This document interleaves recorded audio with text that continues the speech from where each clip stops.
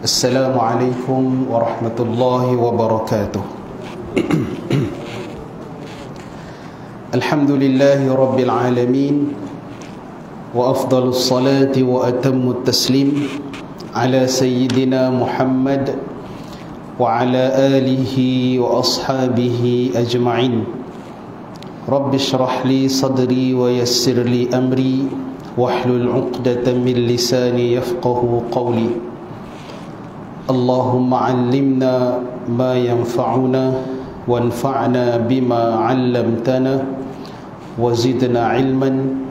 Allahumma ja'alna minal ladzina yastami'una al-qawla fayattabi'una ahsanah. Amma ba'd. Tuan-tuan yang dirahmati Allah Subhanahu wa taala, alhamdulillah, bersyukur kita kepada Allah Subhanahu wa taala kerana dengan limpah dan kurnia-Nya kita dapat meneruskan pengajian kita pada minggu ini selepas minggu lepas. Tak boleh, saya tak boleh nak hadir sebab tak ada suara. Serak suara. Jadi kuliah saya minggu lepas pun ada 2 hari tangguh, Selasa dengan hari Rabu lah kat sini. Jadi alhamdulillah minggu ni okey dah ya. Jadi insya-Allah kita sambung dalam tajuk korban ya. Baik. Jadi kita masih lagi dalam bab yang berkaitan dengan hari raya ya. Jadi sebelum ini kita telah membincangkan berkaitan dengan sembahyang sunat hari raya, 2 hari raya, iaitu Aidil Fitri dan Aidil Adha. Selepas itu kita membincangkan berkaitan dengan zakat fitrah yang mempunyai kaitan yang rapat dengan hari raya Aidil Fitri. Dan hari ini insya-Allah kita akan masuk kepada bab ibadah korban yang mempunyai kaitan yang rapat dengan hari raya Aidil Adha. Jadi kedua-dua ibadah zakat fitrah dan korban ini dia tak boleh lari daripada hari raya ya. Tak boleh lari. Baik, dia mesti ada sekali. Dia mesti ada sekali. Baik. Jadi kita akan bincang berkaitan maklumat yang ada dalam kitab fiqh manhaji. Bila habis perbincangan maklumat yang dibentangkan oleh pengarang kitab fiqh manhaji ini, kita akan pergi kepada isu-isu dan juga salah faham berkaitan dengan ibadah korban. Ibadah korban ni dia banyak juga isu-isu dia. Isu-isu dan juga salah faham. Orang salah faham berkaitan dengan ibadah korban. Baik. Yang tu kita akan bincang bila habis maklumat kitab fiqh manhaji ni, kita akan pergi ke situ. Okey, baik. Jadi kita akan baca dulu apa-apa yang telah disusun oleh pengarang kitab fiqh manhaji ni. Baik. Jadi ibadah korban ini pengertiannya, korban ialah sembelihan binatang, iaitu unta atau lembu atau kambing dan biri-biri. Korban ini bertujuan untuk mendampingkan diri kepada Allah Subhanahu wa taala dan dilakukan pada hari raya korban. Itu pengertian dia. Baik. Jadi ibadah korban ini ia adalah ibadah yang berkait dengan sembelihan. Ibadah menyembelih binatang. Dan binatang pula bukan mana-mana binatang yang kita suka. Maksudnya kita ada itik, kita sembelih itik. Ada seperti contoh kan. Ada ayam sembelih ayam, ada anak sembelih anak. Ya. Sembelihan itu dia mestilah daripada binatang-binatang ternakan berkaki 4. Dia panggil bahimah. Dalam bahasa Arab dia panggil bahimatul an'am, binatang ternakan. Dia ternakan tu, an'am tu dia ternakan. Bermakna binatang liar, sebagai contoh seladang. Seladang dia termasuk dalam kategori lembu lah, ya, lembu kerbau, ya. Tetapi kita tak boleh buat korban. Kerana apa? Kerana ianya tak termasuk dalam kata an'am, iaitu binatang ternakan, ya. Rusa sebagai contoh, rusa, ya.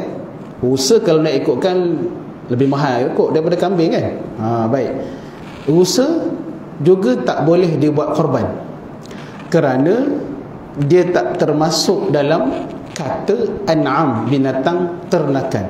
Walaupun zaman sekarang ni memang ada orang ternak rusa, tapi dia tidak termasuk dalam binatang-binatang yang dibolehkan untuk berkorban.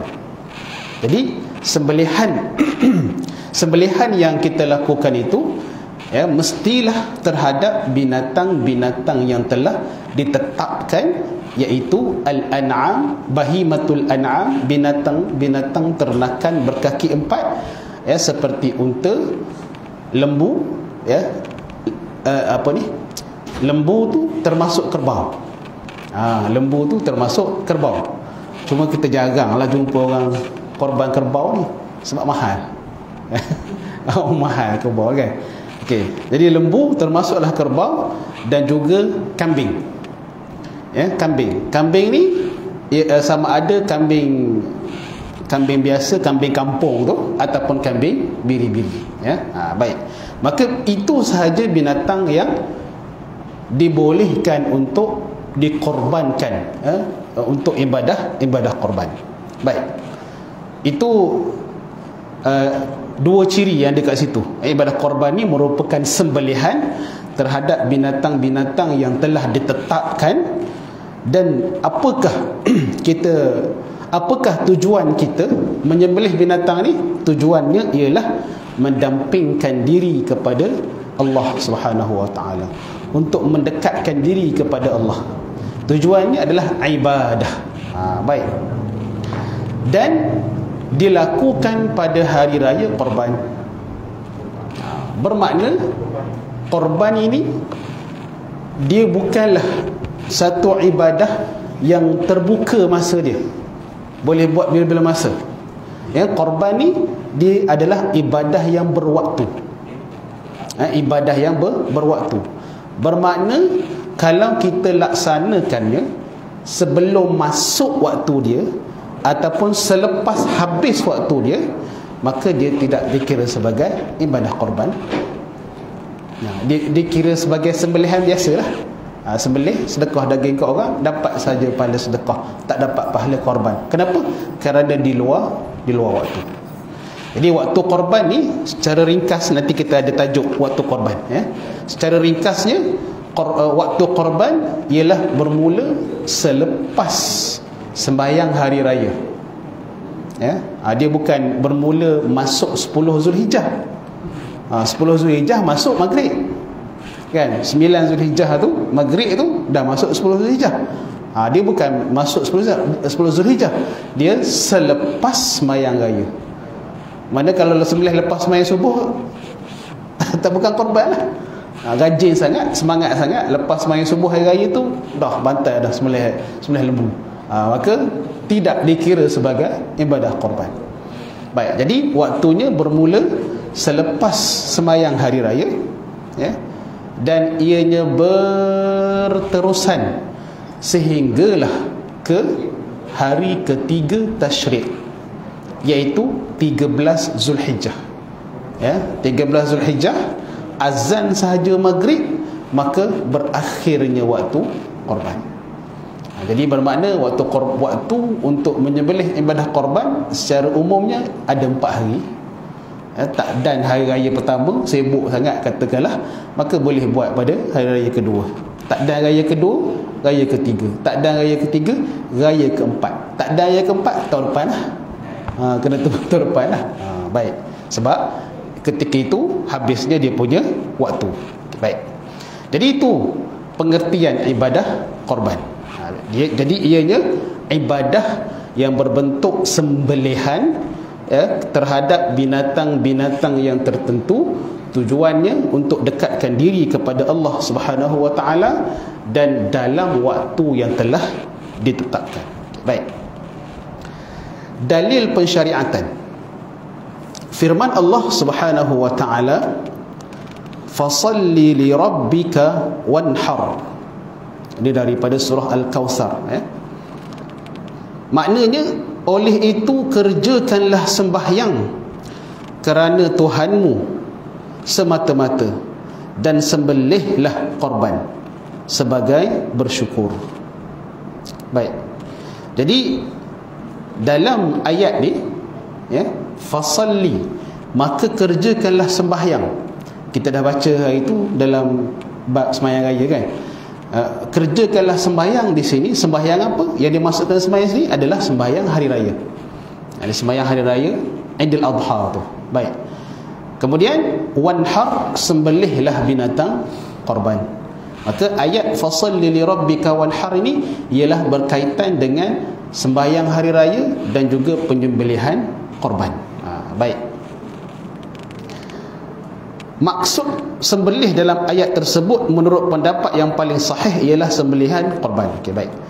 Dalil hadis pula ialah anna an-nabiyya sallallahu alaihi wasallam dhaha bikabshaini amlahaini aqranaini zabahahuma biyadihi wa samma wa kabbara wa wada'a rijlahu ala sifahihima. Baik.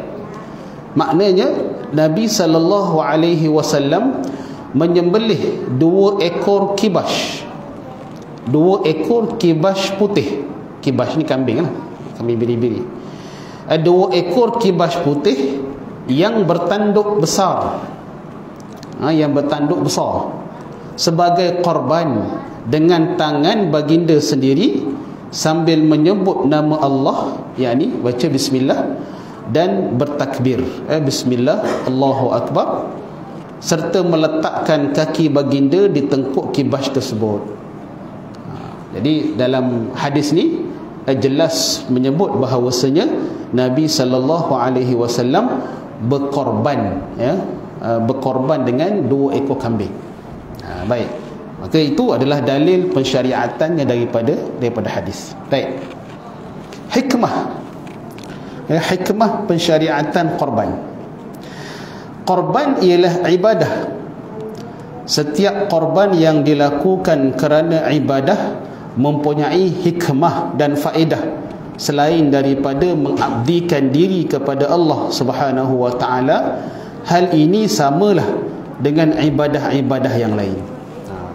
Jadi ibadah-ibadah yang kita laksanakan, perintah-perintah Allah yang Allah telah tetapkan untuk kita dan juga larangan-larangannya, di situ ada hikmah. Sama ada kita boleh fikir, kita sedar, ataupun kita tak boleh nak fikir. Sama ada kita boleh fikir hikmah dia ataupun kita tak nak fikir hikmah dia. Setiap apa yang Allah Ta'ala syariatkan dan Allah Ta'ala larang, maka sudah tentu ada hikmah dia. Contohnya lah, macam sebagaimana diharamkan kepada kita makan babi sebagai contoh. Sebagai contoh. Maka zaman dulu mungkin orang akan tertanya-tanya sebab apa haram makan babi. Rupa macam kambing lebih kurang juga saiz apa semua, kaki 4 juga, zaman dululah. Tapi pada zaman sekarang ni dah terbukti bahawasanya babi tu dia memudaratkan, kerana ada dalam daging dia cacing ataupun bakteria yang sukar untuk dihapuskan sekalipun dengan cara masak. Maka dah tentu bila mana sesuatu yang Allah Ta'ala haramkan tu, sudah tentulah ianya memudaratkan kita. Hikmah dia, sama ada kita boleh fikir ataupun kita tak boleh nak fikir. Baik. Jadi sudah tentu setiap ibadah tu ada hikmah dia. Baik. Hikmah yang paling jelas dan tinggi nilainya tentang korban adalah untuk menghayati semangat pengorbanan agung yang telah dilakukan oleh Nabi Ibrahim alaihi salam, iaitu ketika Allah Subhanahu wa taala menguji baginda supaya menyembelih anaknya. Kemudian Allah Subhanahu wa taala menebusnya dengan seekor kibash yang diturunkannya dan memerintahkan baginda menyembelihnya. Peristiwa ini berlaku setelah Nabi Ibrahim AS dan anaknya berusaha bersama-sama melaksanakan perintah Allah Subhanahu wa taala. Maka itu kisah yang sedia maklum lah, yang kita dah sedia maklum, ya. Dan ibadah korban kita ni pun ialah bersempena menghayati pengorbanan Nabi Ibrahim AS. Kita diperintahkan untuk sembelih kambing je, sembelih kambing, sembelih lembu. Maknanya kita korbankan duit, ya. Tak mampu nak seekor lembu, maka boleh satu bahagian, 500 setengah, ya. Kita dari segi hakikatnya kita diperintahkan untuk korbankan duit, ya. Tetapi Nabi Ibrahim alaihi salam diperintahkan oleh Allah Subhanahu wa taala untuk mengorbankan anak. Mengorbankan anak. Maka disebabkan itu ialah perintah Allah, ya, Tuhan Maha Pencipta, ya, Tuhan yang Maha Perkasa yang telah memerintahkan. Maka Nabi Ibrahim alaihi salam melakukannya tanpa ragu-ragu, tanpa bantah. Dan dia tanya juga anak dia, bukan terus ambil pisau sebelah, tanya dulu apa pendapat. Maka disebabkan anaknya pun Nabi, maka mereka Nabi Ismail berkata, ya, buatlah, ya, if'al ma tu'mar, dan buatlah apa yang telah diperintahkan oleh Allah Subhanahu wa taala. Maka kedua-dua beranak itu adalah contoh kepada kita dalam melaksanakan semua perintah Allah Subhanahu wa taala tanpa berkecuali, sekalipun terpaksa mengorbankan anak sendiri, ya. Maka daripada situ, untuk mengingati semangat pengorbanan Nabi Ibrahim alaihissalam, maka disyariatkan kepada kita untuk korban binatang, menyembelih binatang. Okey, baik. Dan kalau kita lihat dari sudut sejarahnya pun, ibadah korban ini memang dah ada sejak daripada Nabi Adam alaihissalam lagi dah, di mana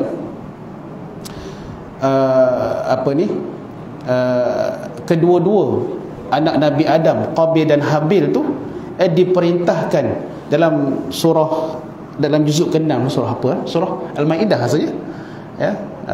Iz qarraba qurbanan fatuqbila min ahadihima wa lam yutaqabbal min al-akhar. Allah cerita sikit tentang anak Nabi Adam, dua orang tu, ya. Separuh muka surat Allah cerita di mana salah seorang, Qabil dan Habil, ya. Qabil yang jahat tau, Habil yang baik, ya. Jadi mereka berdua ni diperintahkan oleh Allah Subhanahu wa taala untuk berkorban, ya. Iz qarraba qurbanan, apabila mereka mendekatkan korban mereka, disebut dalam riwayat bahawasanya Qabil ni dia seorang petani, kerja bercucuk tanam, ya. Habil pula dia seorang penternak, ya. Maka bila Qabil dia korban, maka dia bawa apa dia yang dikorbankan? Dia bawa hasil tanaman dia. Dia bawa hasil tanaman dia. Maka tanaman dia ialah maka korban dia adalah dari segi tanaman dia. Maka dia bawalah tanaman dia. Cuma hak dia bawa tu hasil tanaman yang sayur-sayuran yang dah expired, dah reject lah. Baru nak buat korban, hak reject, maka dikorbankan. Hak molek-molek simpan, ya. Sedangkan Habil dia seorang penternak, dia mengorbankan kambingnya yang paling baik, yang terbaik. Maka Allah sebut fatuqbila min ahadihima walam yutaqabbal minal akhar, maka Allah Ta'ala menerima daripada salah seorang dan Allah Ta'ala menolak lagi seorang. Jadi situ dah ada dah disyariatkan dah ibadah korban tu, berkorban. Maka sudah tentulah bila kita sebut korban, maka sudah tentulah ianya sesuatu yang bernilai bagi kita, barulah namanya korban. Kita tak kata tadi saya korban RM1, kawan tu nak pinjam, saya korban je lah RM1 saya. Kita tak kata korban RM1, sebab semua orang ada RM1 dalam poket dia, kan? Tetapi kalau dia kata tadi saya korbankan 100 untuk kawan tadi, dia tak ada duit, tak apalah saya bagi, maka itu mungkin kita boleh kata korban, sebab tak semua orang ada 100 dalam poket dia. Baik, maka itu korban. Jadi hikmah yang paling jelas ialah untuk menghayati pengorbanan Nabi Ibrahim AS dalam melaksanakan perintah Allah Subhanahu Wa Taala. Baik, di samping hikmah tersebut, ibadah korban juga menolong orang fakir dan orang yang berhajat, serta menggembirakan mereka, anak isteri dan keluarga pada hari raya. Seterusnya dapat mengeratkan hubungan persaudaraan antara anggota masyarakat Islam dan menanamkan semangat hidup berjemaah serta berkasih sayang.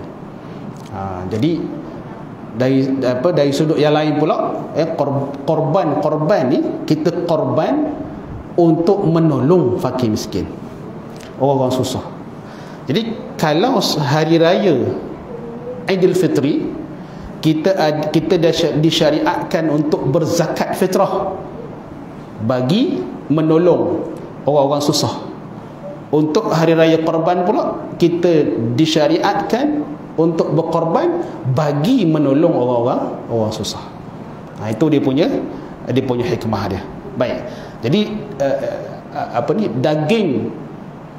daging sembelihan korban yang telah siap disembelih, maka daging itu dibahagikan kepada orang-orang yang memerlukan. Orang-orang yang memerlukan, maka mereka boleh jadikan daging tersebut sebagai makanan mereka. Dan kalau mereka katalah mereka memerlukan duit, maka daging itu boleh mereka jual. Daging korban tu boleh jual, tetapi yang jual tu tak boleh orang yang berkorban.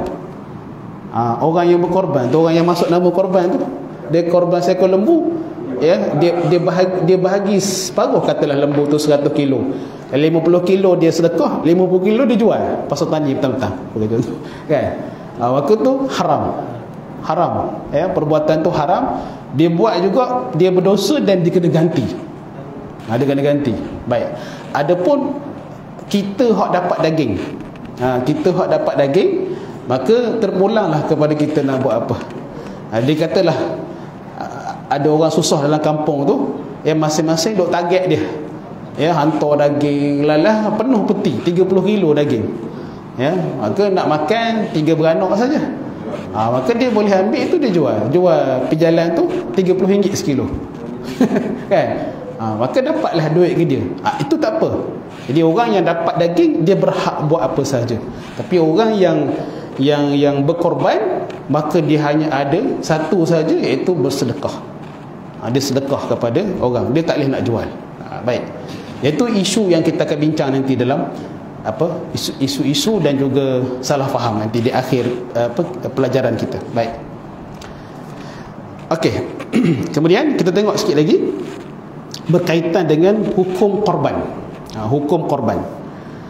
Baik, hukum korban ialah sunat muakkad. Itu hukum am ataupun umum dia. Jadi hukum berkorban ialah sunat muakkad, sunat yang sangat dituntut bagi orang yang mampu. Bukan sunat bagi semua orang. Tak. Bukan setiap orang sunat berkorban, setiap diri individu, tak. Bagi orang yang mampu. Baik. Orang yang mampu ni macam mana? Macam yang dalam zakat fitrah. Orang yang wajib keluar zakat fitrah, orang yang macam mana? Orang yang ada lebih belanja untuk malam raya dan juga hari raya. Dia ada lebih perbelanjaan untuk malam raya dan juga hari raya. Maka kalau ada lebih, dia wajib keluarkan zakat fitrah. Untuk korban pula, orang yang mampu dalam berkorban, nanti pun ada kita bincang nanti, ada bab dia. Orang yang disebut mampu berkorban ini ialah orang yang ada lebih perbelanjaan dia untuk hari raya dan juga hari-hari tasyrik. Yang 4 hari itu, hari raya pertama, 11 Zulhijjah, 12 dan 13. Ya. Maka kalau katakanlah sehari perlu 300 sebagai contoh, ya, 300 belanja sehari, maka 4 hari 1,200. Ya, dalam bank dia ada 50,000 sebagai contoh. Maka orang macam inilah yang dituntut untuk berkorban. Hukum dia sunat muakkad untuk dia berkorban. Tapi kalau dia tak korban pun tak ada masalah, sebab dia sunat muakkad saja. Cuma kalau kita baca kitab-kitab mazhab Syafi'i, mereka juga menyebut makruh bagi orang yang mampu tapi dia tak buat korban. Dia tersangatlah mampu tapi dia tak masuk korban, makruh bagi dia. Makruh. Baik. Satu bahagian pun tak masuk. Macam kata seekor lembu, satu bahagian pun tak masuk. Dia tu kemampuan dia 10 ekor lembu, petik jari je. Tapi satu bahagian pun tak masuk, maka makruh. Perbuatan dia tak berkorban tu adalah makruh. Baik. Jadi secara umum dia, korban ni hukum dia sunat muakkad bagi orang-orang yang berkemampuan. Baik. Dia orang yang tidak berkemampuan, maka dia tidak dituntut. Okay, baik. Tetapi kadang-kala menjadi wajib dengan 2 sebab. Ini yang kita kena beri perhatian. Sebab nanti dia ada implikasi pada daging korban tu. Sebab orang yang berkorban dengan korban sunat, korban yang sunat, dia sunat makan daging korban tu. Dia berkorban, ya, dia katalah dia beli seekor lembu dan dia korbankan lembu tu, ya. Korban sunat. Maka dia sunat, dia boleh ambil daging tu untuk bahagian dia dan dia sunat makan daging korban tu. Adapun kalau dia berkorban dengan korban yang wajib, maka haram bagi dia dan juga orang di bawah tanggungan dia untuk makan daging korban tu. Dia wajib sedekah semua, tak boleh ambil sikit pun, ya. Kalau korban tu korban yang wajib. Tapi sudah tentulah, tuan-tuan, kalau kita dalami lagi perbahasan dia, ianya sebenarnya khilaf. Ada mazhab yang kata boleh je makan, ya, tapi mazhab Syafi'i yang muktamad haram dia makan korban yang wajib. Baik. Jadi sebab itu kita kena tahu macam mana korban tu boleh jadi wajib. Okey, baik. Jadi dia boleh jadi wajib dengan dua sebab. Yang pertama, apabila seseorang mengisyaratkan binatang kepunyaannya yang boleh dijadikan korban sambil berkata, inilah korban aku, ya, inilah korbanku, atau aku akan korbankan kambing ini. Dengan itu dia wajiblah melakukannya. Wajib dia melakukannya. Okey. Yang pertama ni, tuan-tuan, ini bagi orang yang memiliki binatang yang boleh buat korban. Tadilah unta, lembu, kambing. Kalau dia kata ini ayam aku, tak jadilah, sebab dia bukan binatang korban. Ini adalah ayamku yang aku nak korbankan tahun ni, tak jadi juga, sebab dia bukan binatang korban. Dia peternak, dia memiliki. Jadi kita yang tak memiliki ni, tengok kambing ataupun lembu berjalan, kata-kata ni korban aku, tak jadi apa juga, sebab bukan kita punya. Baik. Sekiranya binatang itu kita miliki, kita punya, dan kita kata kambing ni ialah korbanku pada tahun ini, kambing ni ialah korbanku pada tahun ini, atau boleh kata apa, aku akan korbankan kambing ni pada tahun ini, maka ketika itu dia korban menjadi wajib atas diri dia. Dan dia nak korban kambing mana? Kambing yang dia tunjuk tu. Dia tak boleh korban kambing lain.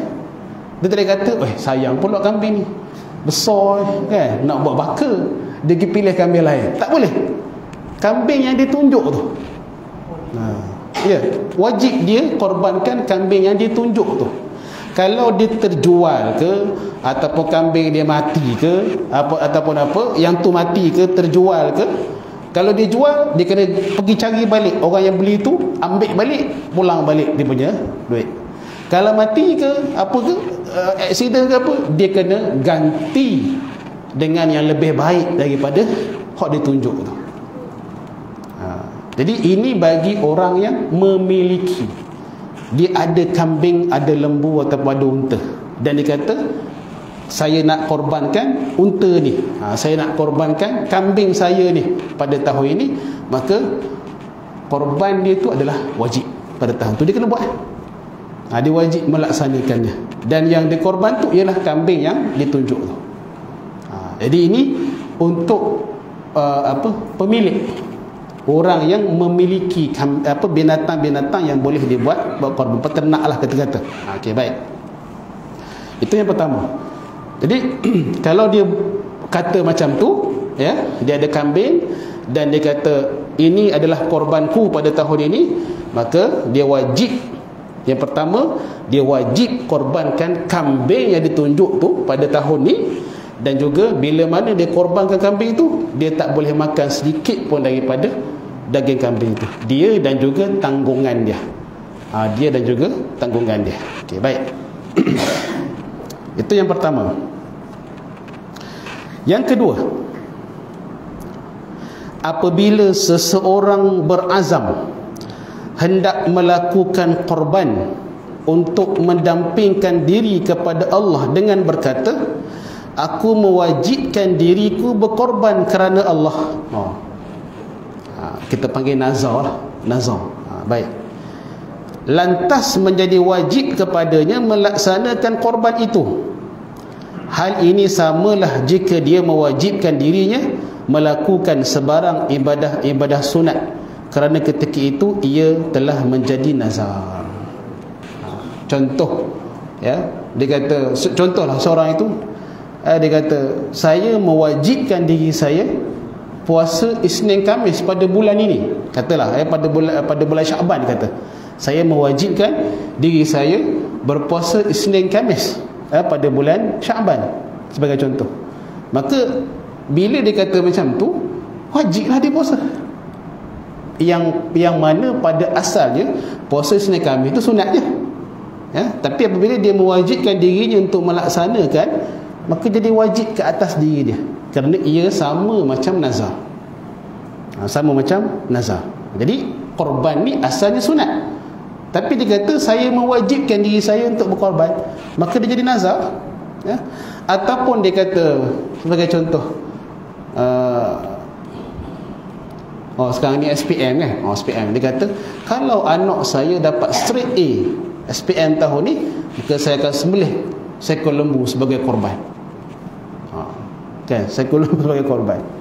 Maka itu adalah nazar, ya? Maka dengan itu pada tahun ini wajiblah dia sembelih korban.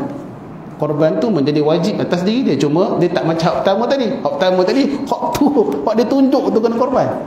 Hak dia kambing, hak dia tunjuk tu kena korban. Yang kedua, hak nazar ni, ibadah korban tu yang menjadi wajib. Yang menjadi wajib. Kalau dia gagal melaksanakannya, maka dia kena bayar kafarah sumpah. Dia kena bayar kafarah sumpah, bebaskan hamba, atau kalau tak ada hamba, beri makan kepada 10 orang fakir miskin, makan ataupun pakaian. Kalau tak ada juga, puasa 3 hari. Sebab dia nazar ni dia seumpama sumpah. Kalau kita gagal buat, maka kena bayar kafarah sumpah.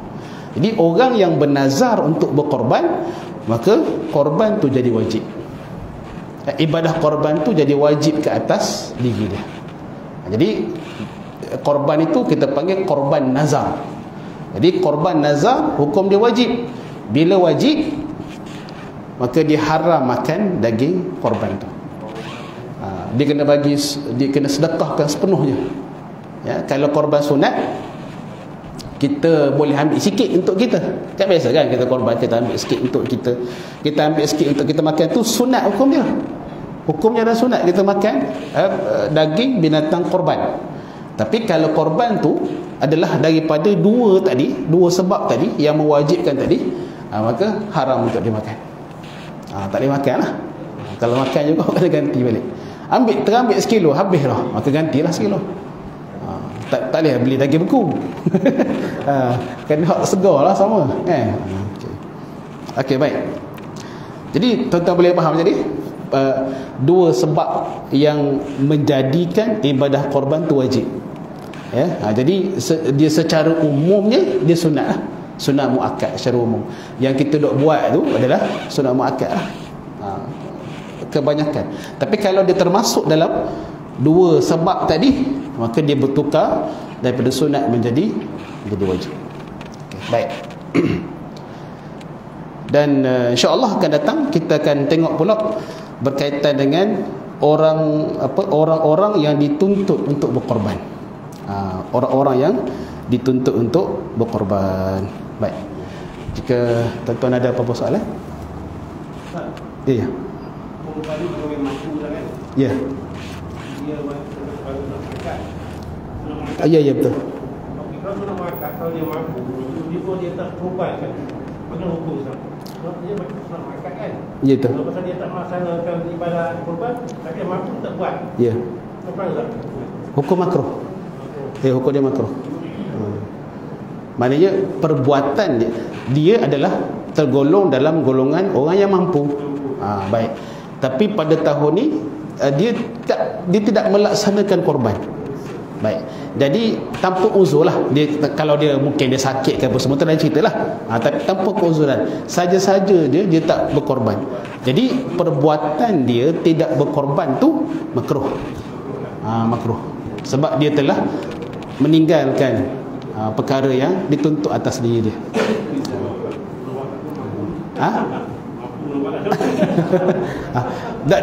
Dia tak berdosa. Kalau kita kata makruh ni, dia tak berdosa. Jadi dalam mazhab Syafi'i, kalau kita baca kitab-kitab mazhab Syafi'i pun, Imam Syafi'i pun sendiri mengatakan dia tidak memberikan keringanan untuk meninggalkan korban ni bagi orang yang mampu. La urakhisu, ini Imam Syafi'i punya ibarah dalam kitab dia, yang dalam kitab-kitab Imam Syafi'i, mazhab Syafi'i. Korban ni dia sukatan dalam dalam subjek fiqh stam. Jadi saya ngajar fiqh stam. Jadi dia punya ibarat kitab tu memang ingatlah, dah bertahun-tahun mengajar. Jadi Imam Syafi'i kata la urakhisu ala tarkiha liman qadira 'alaiha. Aku tidak memberikan keringanan, maknanya aku tak lepaskan, tak memberikan keringanan, tidak memberikan peluang bagi orang untuk meninggalkan korban bagi orang yang mampu. Aku tak berikan keringanan. Kalau ada orang datang jumpa Imam Syafi'i, tanya Imam, saya ni mampu korban, tapi saya tak nak korban tahun ni. Imam Syafi'i akan jawab apa? Tak boleh, kena korban. Kena korban, la urakhis. Tetapi kalau dia tak korban sekalipun, tak berdosa. Sebab dia sunat, makruh sajalah. Makruh kerana dia melepaskan peluang untuk mendapat pahala yang besar. Baik. Dia tak berdosa. Jadi selama mana ia ibadah sunat, kalau kita tak buat, maka dia tidak berdosa. Kita mampu nak sembahyang sunat, tapi kita tak nak sembahyang sunat, maka kita tidak berdosa. Tidak berdosa. Sebab yang dituntut kepada kita hanya yang wajib saja. Tak kurang pahala. Gitulah, kita kurang pahala lah. Nanti orang lain dalam syurga kita tengok darjat tinggi, tapi kita sebab dalam hadis pun sebut kan, dalam syurga nanti ahli syurga akan melihat orang yang di atas dia, maknanya yang darjat tinggi, umpama dia melihat bintang di langit, tinggi jauh, padahal jiran kita sebelah rumah dulu, tapi pangkat darjat dia punyalah tinggi, kita rendah je. Sebab apa? Kita buat wajib je. Dia hak sunat habis dah sapu belakang. Ya. Ya. Ibadah sunat. Ya. Apabila menjadi wajib kerana seseorang itu, tiba-tiba dia tak pernah sana kepada wudhu bahkan masa terbuka siapkan apa tak pernah ibadah. Itu macam mana tak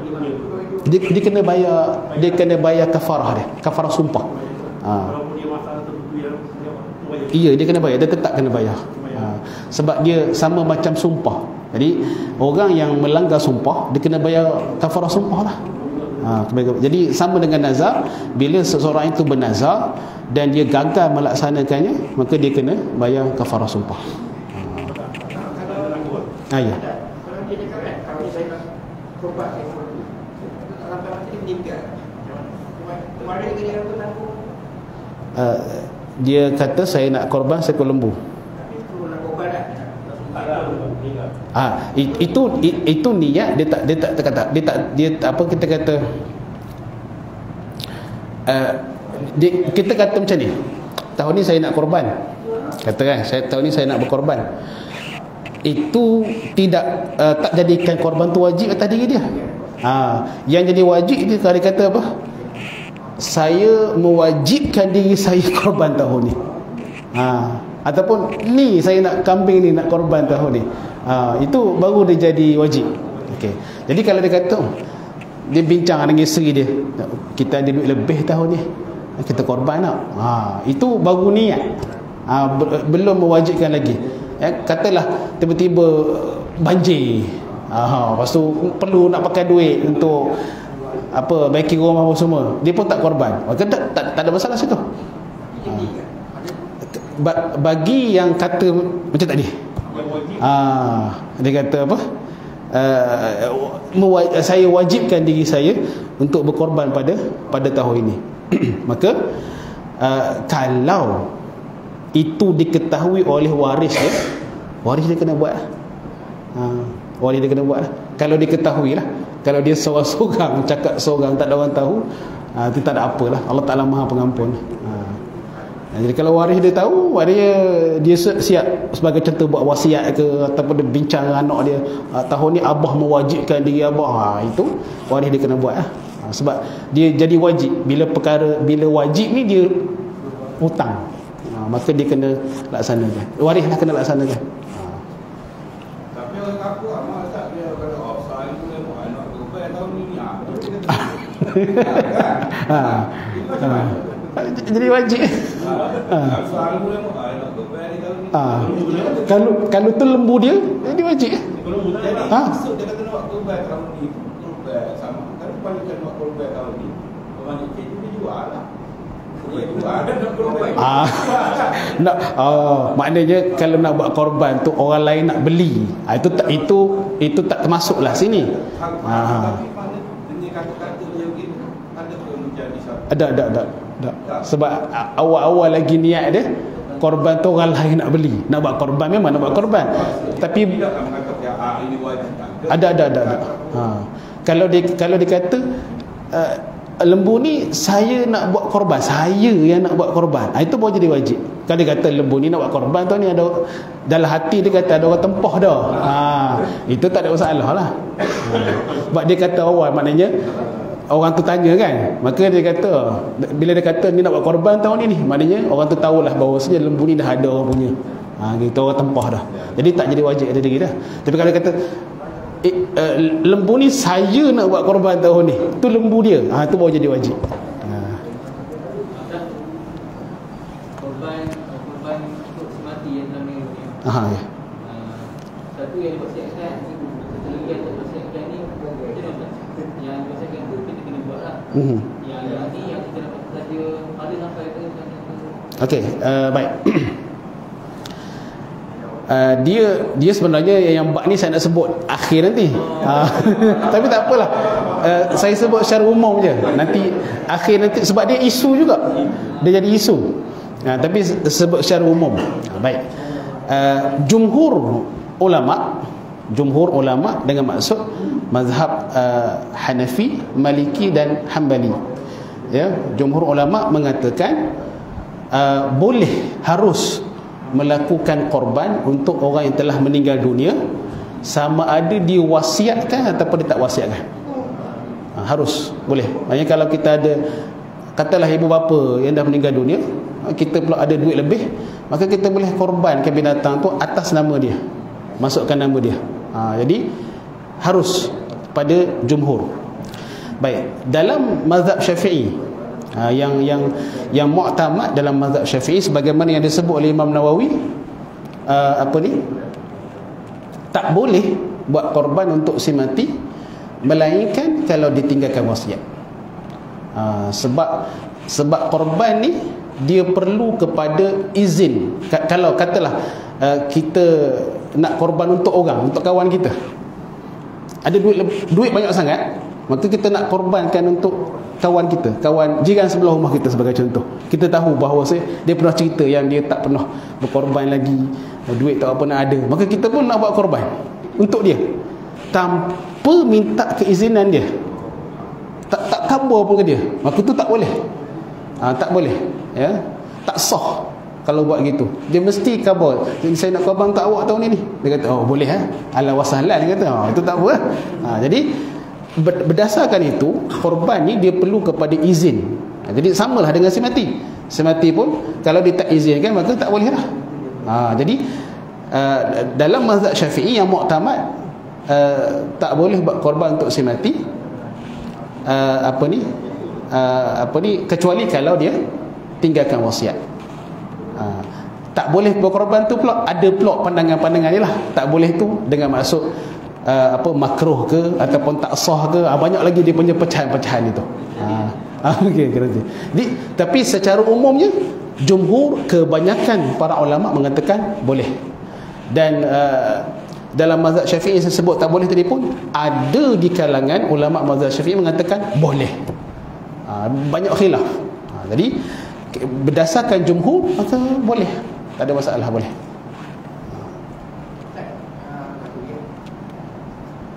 Kita cakap saya wajibkan tahun ni buat korban. Kita letak sembelih tu dekat masjid, orang ramai begitu. Ya. Dia jadi wajib dah kan? Dia wajib. Kita tak boleh makan ke tak? Tak boleh.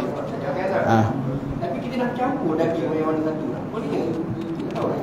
Maknanya kita seekor lembu, lain tu ada 9 ekor lagi. Maka dah tentulah kita boleh ambil lah. Maknanya kalau kita ambil, katalah orang bagi kita 1 kilo, sebab dia dah campur semua kan. Jadi kalau orang bagi 1 kilo kepada kita, belum lagi menyamai lah, maknanya seekor lembu tu. Jadi 1 kilo tu boleh jadi daripada lembu pertama. Lembu kita lembu ke-10 kan. Dia 1 kilo kita ambil tu mungkin daripada lembu yang pertama. Begitu. Tak apa. Ya. Ya betul. Ya betul. 1 kilo. Jadi 1 kilo tu boleh jadi daripada lembu-lembu lain lah. Tentang pembagian daging kurban ni, Ustaz. Dia kan yang menetapkan bagi 3 ni pun lama kan. Betul. Kalau Nabi apa letak di tangan dia ambil kan. Betul. Jadi macam mana tu? Bagi maknanya bagi 3 lagi, contoh yang bagi tu lah, maknanya kita tu yang berkorban tu berhak 5 kilo lah. Dia macam ni, kalau kita baca kitab fiqh, memang para ulama sebut kita disunatkan bahagi kepada aslasan. Aslasan ni 3 tu apa dia? 3 yang pertama, 1/3 yang pertama untuk makan. Makan siapa? Makan orang korban tu. Baik. Yang kedua untuk hadiah. Yang ketiga untuk sedekah. Ya, makan, hadiah dengan sedekah. Jadi para ulama memang dibahagikan macam tu, sunat buat macam tu. Ya. Afdal bersedekah. Ambil sikit je untuk kita. Yang sunat tadi 3 kan. Yang afdal kita ambil sedikit untuk kita makan sebab nak ambil berkat. Yang lain tu kita sedekahkan. Begitu. Jadi katakanlah apa ni, sembelih seekor kambing 15 kilo kata daging dia kan. Maka kalau ikut yang pembahagian tadi, 5 kilo kita ambil, 5 kilo kita hadiah, 5 kilo kita sedekah. Baik. Yang afdalnya kita ambil sekilo lah. Sekilo kan sekali makan kan. Sekali makan untuk keluarga sekali sekilo. Lagi 14 kilo sedekahlah semua. Itu yang afdal. Dia apa? Daging korban ni kalau kita baca kitab fiqh, dia yang dia wajib disedekahkan walaupun sikit. Walaupun sikit. Dengan maksud 15 kilo tadi tu, daging kambing 15 kilo tu, dia pergi bantai katalah 13 kilo bawa balik rumah dia. 2 kilo je dia sedekah. Sah. Boleh walaupun sikit. Tapi mana penghayatan korbannya kalau kalau habis dia sapu dia belaka, tak nama korban lah. Tapi sah. Dia yang tak sahnya 15 kilo habis angkut balik ke rumah belaka. Tak ada sedekah langsung. Itu baru tak sah.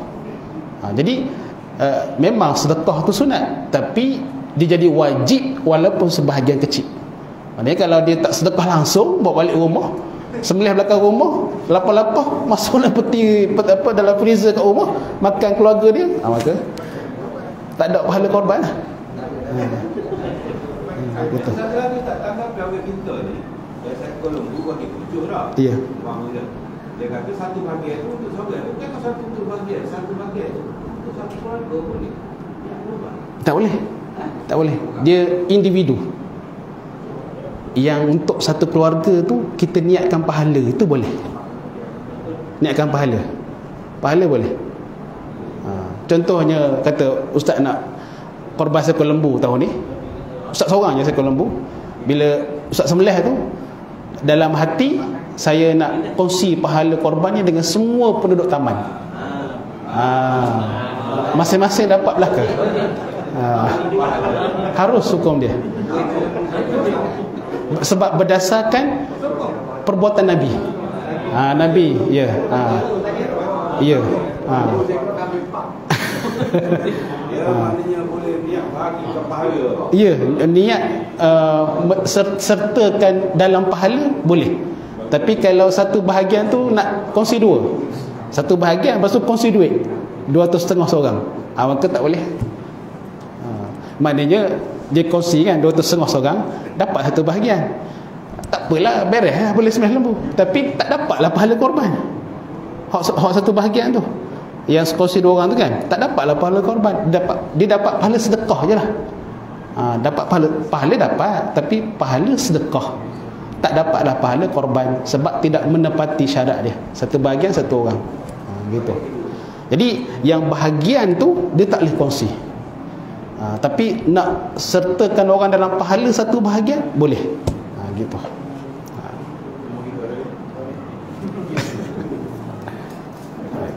Ada apa lagi? Okey, kalau tak ada insya-Allah kita bincang lagi. Special ni. Insya-Allah banyak lagi masa. Okey, insya-Allah. Jadi kita jumpa lagi pada minggu yang seterusnya. Sekian wabillahi taufiq wal hidayah. Wassalamualaikum warahmatullahi wabarakatuh.